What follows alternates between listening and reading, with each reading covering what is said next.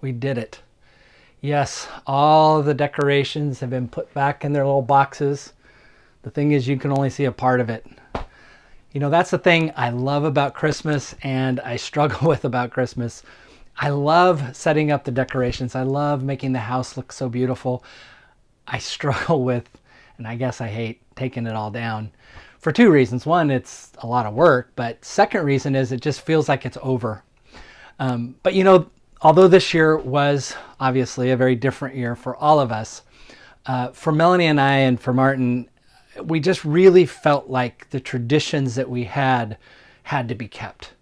All those traditions and the rituals that we went through, and a lot of it had to do with these decorations, the things that we put up and the way in which we sit around the lit Christmas tree and just enjoy the ornaments and everything else. Those rituals and those traditions just had to be observed this year, even though so many things were different. But that's the way it is with traditions and rituals. We need to observe them because they are so important to us. And the Christmas tradition and the rituals surrounding Christmas are so important to us. And once we get on the other side, I think sometimes we feel that. Now, obviously for us, when we hear that Christmas story, when we hear the Christmas story read, that is what defines a lot of our tradition. But for Mary and Joseph, their rituals and their traditions really didn't begin until years or days after Jesus was born. Because that's when the duties of the law, the traditions of their faith, the rituals of their faith had to be adhered to. Now, when they did this, they were doing what they had seen done before. Obviously, this was the first time they ever experienced this. But for them, these rituals were still important. So right after the story in Luke's gospel, where the angels had come to the shepherds go and see, and then the shepherds go back rejoicing God, this is what happens next.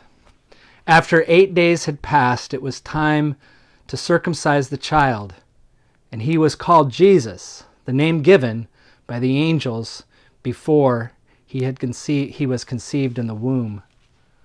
When the time came for their purification according to the law of Moses, they brought him up to Jerusalem to present him to the Lord. As it was written in the law of the Lord, every firstborn male shall be designated as holy to the Lord. And they offered sacrifices according to what had been stated in the law of the Lord, a pair of turtle doves or 2 young pigeons. Did you hear how many times there was reference there to the traditions, the law of Moses, the way in which people had done things over and over again? You see, those traditions, although it was the first time for them to do it, they had seen it happen over and over again, and those traditions were important to them. And they needed to observe those traditions because it helped define who they were, who their family was, and who this child would be. But you know what's interesting? What happens right after this? I'm not going to read this part. Go ahead and look at it later on. It's towards the end of the 2nd chapter of Luke. Read it for yourself. But what happens is, as they are observing their traditions, they are interrupted. That's right. They're interrupted in the midst of doing what the law of Moses had told them to do. Now this is a good interruption, but it's still an interruption.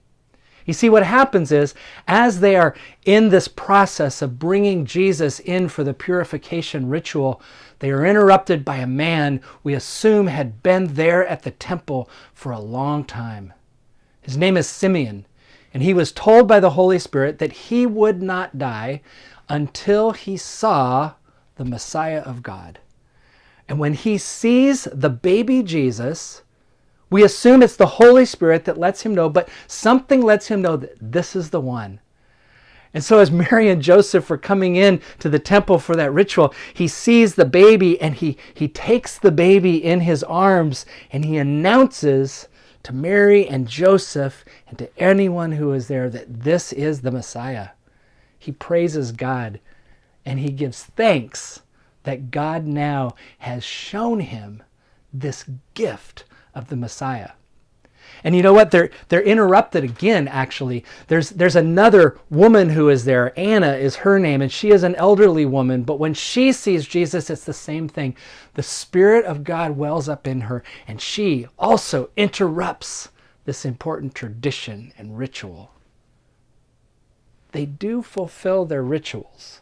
They do go through all the traditions of their faith, and yet these interruptions were for them things that gave new meaning to what it is they were doing, new and special meaning to who they were as chosen people of God and who this child was.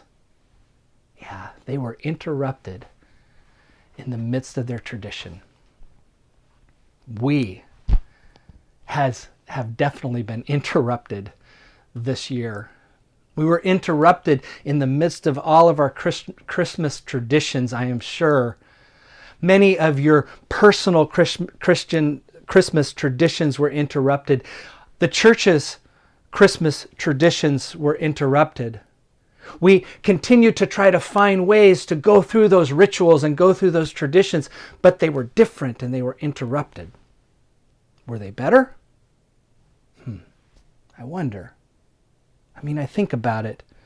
I think about the fact that as we walk through this Christmas season, we still found ways to do it together. Suddenly, Zoom gatherings of families were how we got together. And you know what? In many ways, it allowed us to bring other people into that family that maybe we would not have seen in the same way. I think about the fact that our Christmas Eve service and our longest night service were recorded. And we couldn't have people in the building to experience that. But you know what? I've looked and I've seen how many people have viewed and participated in those worship services, both the longest night as well as the Christmas Eve service. And what I realize is those traditions, those rituals that we went through in those services, this year, they were not held back because of geography or because of busy schedules or whatever else may have kept us from celebrating that night, because it went out all over. And we could watch it again and again and again. It was interrupted the way we've always done it. And yet, in the same way, it was made special. We have found creative ways in the midst of our traditions and rituals to allow these interruptions to become potential blessings and new beginnings and new possibilities. So everything's packed up. It won't come back out again until December of 2021. And by that time, my hope and my prayer is we're a little bit back to normal. But here's the thing. I never want to forget these interruptions. I never want to forget this particular Christmas season, because in many ways, I learned things that I never imagined I would learn in the midst of walking through all the things that I've always done year after year after year. So, holy interruptions. Thanks be to God.